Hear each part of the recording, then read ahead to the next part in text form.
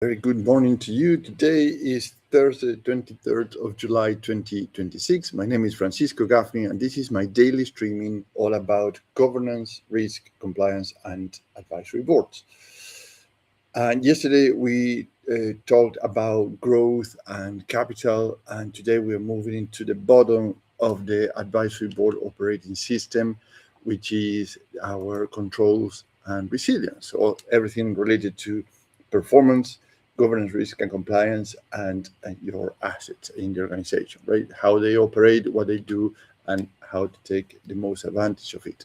So also remember that this week I'm focusing on the value creation from the advisory board's perspective, right? So we like to make sure that actually advisory boards are there to increase the valuation of the company, to add value to the organization. So that is the focus of this week. Now, your systems, your assets, your governance, risk and compliance and performances is where many boards or founders or executive teams get caught many times, because it's something that actually is leave like, somebody is going to mind it. And particularly one term that I actually want to bring to your attention, because I think it's taken very lightly.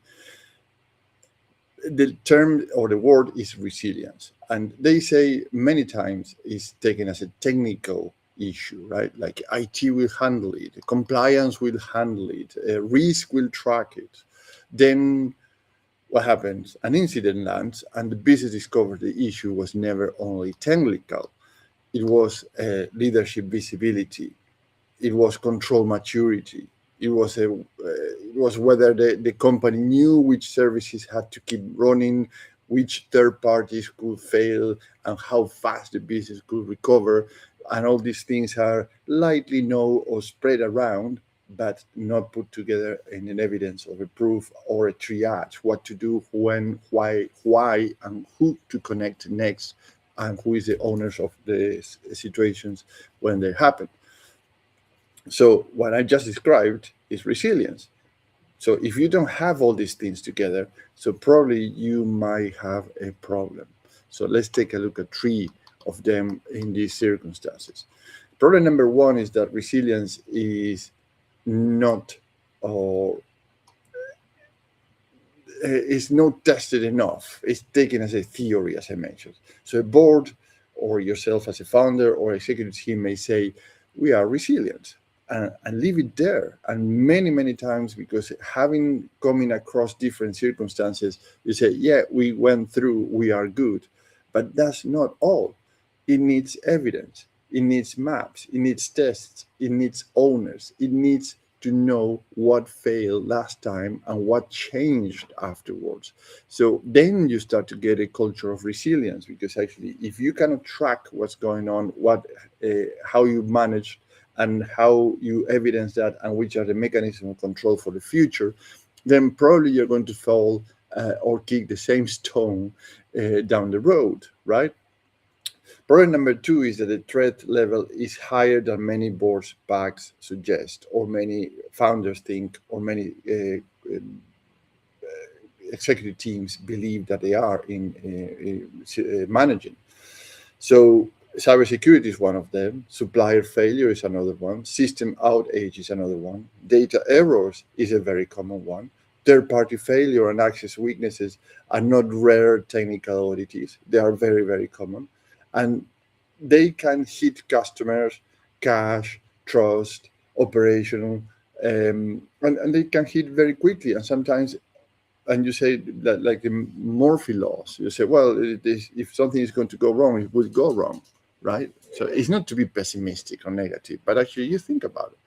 So we are talking about resilience, how we prevent these things, how we detach ourselves from this mentality of, if something will go wrong anyways, and we create mechanisms to avoid them or just to prevent them. Not to go deep into that, let's look into problem number three. If is that control failures are expensive and public, and this is something actually, this is a consequence, not the causes.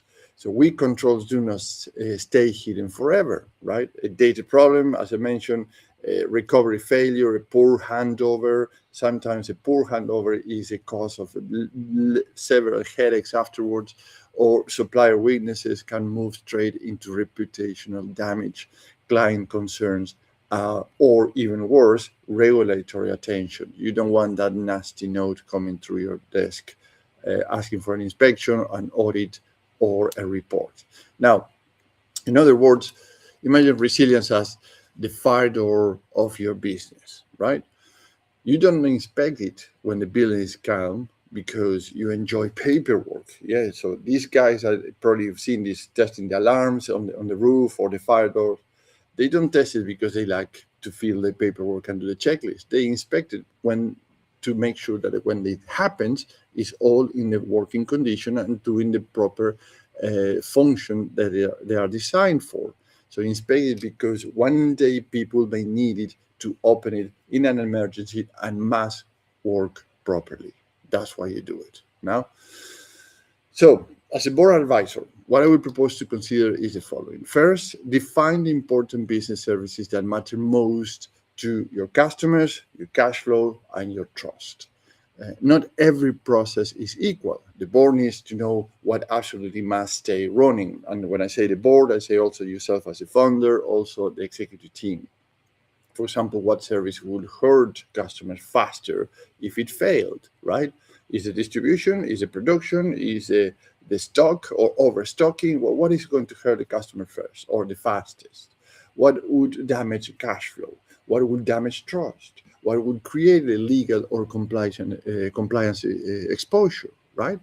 So the second thing to test is the weak joints. And what I mean with these weak joints is a third party suppliers, for example, or services. People actually you are outsourced to provide services to you, or identity controls, right? Recovery time. Identity control, for example, it might be is not actually identity theft that people say, oh, they stole a badge and we have a person that we don't know inside our building. No, like who is the people approving what and why they are doing it and why they are not doing it. These are the kind of identity controls. So recovery times is something I actually test. These are the kind of things actually bring one thing to the next one in the flows of the organization. Data handle, escalation routes, supplier dependencies, manual workarounds, as I mentioned earlier. So these are weak joints that are often where resilience fails first. So they are already known for a risk asset management, but you have to make a map of that to understand where they are. And the third thing to suggest is move resilience out of the specialist silo into a board rhythm, or you as an owner rhythm, or your executive team rhythm. What I mean with this is actually had to be on site for you to look into this every month or every quarter or every 6 months. Resilience is not a separate from growth, is not a separate from capital, and is not separate from reputation. It's all tied together. So if the company wants funding, the business must be trusted. That is part of your resilience. If the company wants to grow, the services must hold, right? That is part of your resilience. If the company wants transformation or innovation or to be relevant for the next 6 months, year, 5 years, etc., the systems must cope, right? And when we're talking about systems, and we mentioned workflows, approvals, processes, operational procedures, etc., etc. So this is where the rotating advisory board helps. And how? So one is because of different stages of the organization. So what do you need now that need help, or you don't have visibility, or you hear and I say, well, we don't have that. Do we need it or not? That's a good question. So one stage might be a need for cyber expertise, or need of operational resilience, as I mentioned, or maybe a data protection expert, or mainly supplier risk assessment, or a need a control of design, right? A design, how you design your controls. So the mix changes as the risk profiles changes. So a good advisory board can say things like, well, resilience is being described, but not tested enough, right? So you might say, well, we have all these problems, we have those situations, but where are the tests? Where's the evidence? So the business knows the risk, but not the recovery proof. Where the mechanisms to recover it, not even to test if something goes wrong and how you cope with that, is how you recover from that.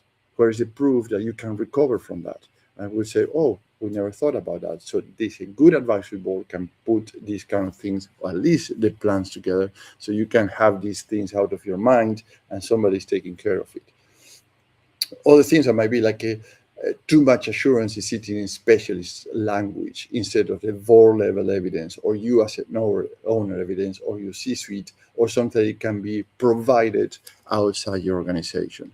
And sometimes this is dangerous because actually it's so complicated that people doesn't understand. So, for example, I don't want to get dramatic here, but if you have an ambulance coming to your factory, for example, and it's a chemical organization, and you say, oh, and you start to go about chemical components, gas exposure, they are paramedics. They are not chemists, specialists in mixing strange materials. So you have to bring it down to which are the procedures based on the material that you're handling. And this is a silly example, but actually I think that you can understand that when I mean specialist language instead of evidence language. Now, this is useful, even if you say, well, you put me under pressure here because I have to do things that we haven't done before. It's true, but actually is part of the resilience. Now, what do you gain working with me? 3 specific things: outcomes, differentiation, and risk reductions. In terms of outcomes, is a working resilience layer. The company becomes easier to finance, easier to trust, and harder to disrupt, which is the most important thing. The differentiator is a rotating international advisory board focused on the exact resilient gap facing the company today. You get the right mix of governance, controls, cybersecurity, operational design, and recovery planning capabilities faster than hiring one executive and with a lower overhead than a big consulting firm with no talent locked in. This is a risk reduction. It's a false assurance. Members of the advisory boards can be swapped every 6 months as the risk profile changes. So the board is not stuck with a static structure that no longer fits the needs or the plan of the organization. So one action you can take home today, and it's very doable, is in 30 minutes or less. And let me show the supporting image. Here it is, our one-pager resilience map. It's very easy to do. It's not hard to do. Let me explain how you do it. So before your next meeting, or when you're going to address these topics about resilience and risks, request this one-pager resilience map. Show the top 5 most important business services that you're providing, then describe the impact tolerance, the material controls, the current weaknesses, and named the owners, right? So things like you like to find here are the third-party dependencies, the maximum tolerance downtime for each one of them, and the last time each one has been tested, right? So having this, you at least you have a starting point where to start to talk about resilience with very, very clear action points based on your business and what is the evidence you need to collect and the proof of the recovery plans. So if you cannot produce that page, probably resilience is not yet clear enough. And proactive planning, you need to look into proactive planning, operational agility, and financial health more closely.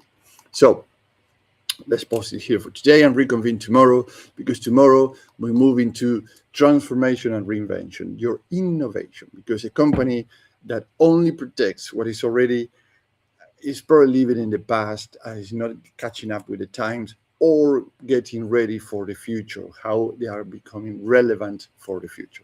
So if you're a founder, a chair, non-executive director, or in a C-suite, and you want an international advisory board to strengthen your controls, sharpen resilience, and provide real evidence rather than generic assurance, let's have a 30-minute chat. I can understand. So I would love to understand actually where you're coming from, where you are today, what you're looking for, and how the systems milestones in our advisory board operating system will work in your organization. Have a great